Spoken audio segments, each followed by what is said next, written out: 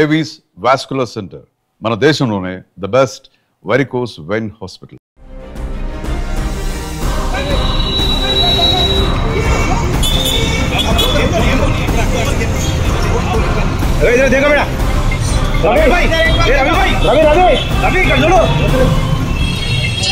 ఎంత భారీ budget movie అయినా రిలీజ్ అయిన కొన్ని గంటల్లోనే హెచ్డి ప్రింట్తో పైరసీ అవుతూ అనేక సైట్లలో అందుబాటులోకి వస్తుంది. ఇది ఐబొమ్మ అరాచకం. ఇప్పటికే నిర్మాతలు మేము లాస్ అయిపోతున్నాం, నష్టపోతున్నాం అంటూ గగ్గోలు పెడుతూ పోలీస్ స్టేషన్లో ఐబొమ్మపై కంప్లైంట్లు కూడా ఇవ్వడం జరిగింది. అయితే ఎట్టకేలకు ఐబొమ్మ నిర్వాహకుడు ఇమ్మడి రవిని విదేశాల నుంచి వస్తున్న తరుణంలోనే హైదరాబాద్ కుకట్పల్లి సిసిఎస్ పోలీసులు అదుపులోనికి తీసుకున్నారు. అతని అకౌంట్లో ఉన్న 3 కోట్ల రూపాయలను కూడా ఫ్రీజ్ చేశారు. ఇంతకీ ఐబొమ్మ అరాచకాల గురించి చెప్పుకుంటూ పోతే ఐబొమ్మ ఇది చాలా వరకు చాలామందికి తెలుసు. ఎందుకంటే థియేటర్స్ వరకు వెళ్లకుండా నేరుగా కొన్ని సైట్లలో అందుబాటులో ఉన్నటువంటి హెచ్డి క్వాలిటీతో ఉన్నటువంటి మూవీస్ని వీక్షించేందుకు చాలామంది ఇంట్రెస్ట్గా ఉండటం ఇప్పుడు ఐబొమ్మకి ఓతమిచ్చినట్టయింది. దాంతోనే ఐబొమ్మ నిర్వాహకులు మరింత రెచ్చిపోయారు. ఈ ఐబొమ్మ నిర్వాహకుడు రవి కరేబియన్ దీవుల్లో నుంచి ఈ మొత్తం సైట్స్ అన్నింటినీ కూడా యాక్టివేట్ చేయడమే కాదు నిర్వహిస్తున్నట్టు కూడా పోలీసుల విచారణలో తేలింది.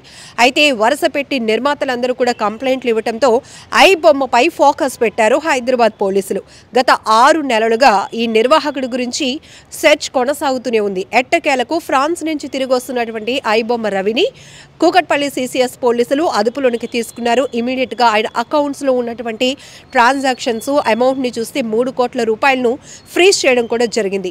ఇంతకీ ఎలాంటి సినిమా అయినా రిలీజ్ అయిన కొత్తలోనే అంటే కొన్ని గంటల వ్యవధిలోనే హెచ్డి క్వాలిటీతో పైరసీ చేసేసి అనేక సైట్లలో అవైలబిలిటీలోనికి తీసుకొస్తుంది ఐబొమ్మ. సో దీంతో ఐబొమ్మ అనేది చాలా పాపులర్ కూడా అయిపోయింది. కానీ భారీ బడ్జెట్ సినిమాలు ఎవరైతే తీస్తారో నిర్మాతలు, అలానే థియేటర్స్కు వచ్చి మన యాక్టింగ్ కావచ్చు, మన స్క్రీన్ ప్లే ఎలా ఉంది, లేకపోతే సినిమాకు సంబంధించినటువంటి ఒక ప్రేక్షక ఆదరణ పొందాల్సినటువంటి చిత్రాలు సైతం కేవలం వెబ్సైట్లకే పరిమితం అయిపోవడం అనేది ఐబొమ్మపై చాలా సివియర్ యాక్షన్ తీసుకోవాలంటూ అనేక రకాల కంప్లైంట్లు వ్యక్తమయ్యాయి. అయితే కంప్లైంట్లు ఇచ్చిన తర్వాత ఈ హైదరాబాద్ పోలీసులు ఈ ఐబొమ్మపై ఫోకస్ పెట్టారని తెలిసిన తర్వాత సినీ పరిశ్రమతో పాటు పోలీసుల జీవితాలు కూడా బాగోతాలు కూడా బయట పెట్టేస్తాను అంటూ రవి బ్లాక్మెయిల్కు పాల్పడినటువంటి సందర్భాలు ఉన్నాయి. దీంతో ఐబొమ్మ వెసెస్ హైదరాబాద్ పోలీసులు అన్నట్టు వార్ కొనసాగింది. అయితే గత 6 నెలలుగా సెర్చ్ చేస్తున్నటువంటి కూకట్పల్లి పోలీసులకు ఎట్టకేలకు విదేశాల నుంచి వస్తున్నటువంటి ఈ ఐబొమ్మ నిర్వాహకుడు రవి తారసపడ్డాడు. ఇమీడియట్గా అదుపులోనికి తీసుకున్నారు. ఆయన అకౌంట్లను కూడా ఫ్రీజ్ చేయడం జరిగింది.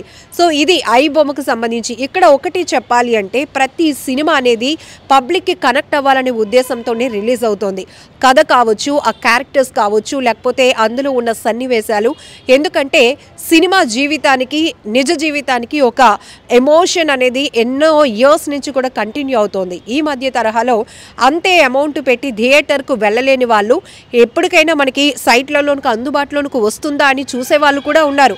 కాబట్టే ఈ ఐబొమ్మ ఆ స్థాయిలో తన అరాచకాలు కొనసాగించడమే కాదు, విచ్చలవిడితనంగా పైరసీలకు తెగబడి హెచ్డి ప్రింట్స్తో, హెచ్డి క్వాలిటీతో పైరసీలు చేసి సినిమాలను సైట్లోనికి అందుబాటులోనికి తేవడం ద్వారా చాలా పాపులర్ అయినటువంటి పరిస్థితి ఉంది. ఈ నేపథ్యంలోనే నిర్మాతలు గగ్గోలు పెట్టారు. కొంతమంది అయితే కన్నీరు కూడా కాచుకున్నారు. ఎందుకంటే కోట్ల రూపాయలు బడ్జెట్లు పెట్టి మేము సినిమాలు తీయటానికి నెలలు తరబడి కష్టపడుతుంటే క్షణాల్లో చిటికి వేసినంత ఈజీగా కొన్ని గంటల్లోనే సైట్లలో పెట్టేస్తున్నారు. ఇంకా ఎవరు థియేటర్స్కి వచ్చి చూస్తారు, ఎవరు సినిమాలను ఆదరిస్తారు అనే ఒక ఆవేదన కూడా తారాస్థాయిలోనే కనిపించింది. ఆ గోడు కూడా మనకి వినిపించింది. ఈ నేపథ్యంలోనే హైదరాబాద్ పోలీసులు కూడా దీని ఒక పెద్ద ఛాలెంజ్గా తీసుకున్నారు. ఖచ్చితంగా ఇలాంటి పైరసీలకు తెగబడే వారిని ఖచ్చితంగా కఠినంగా శిక్షిస్తామని చెప్పేసి, ఇలాంటివి చేయకూడదు, చట్ట విరుద్ధమైన చర్యలకు తెగబడితే ఖచ్చితంగా యాక్షన్ చాలా సివియర్గానే ఉంటుందని హెచ్చరిస్తూ ఉన్నప్పటికీ కూడా ఐబొమ్మ నిర్వాహకుల నుంచి కూడా ఆ స్థాయిలోనే కౌంటర్లు కూడా రావటం మనం చూసాం.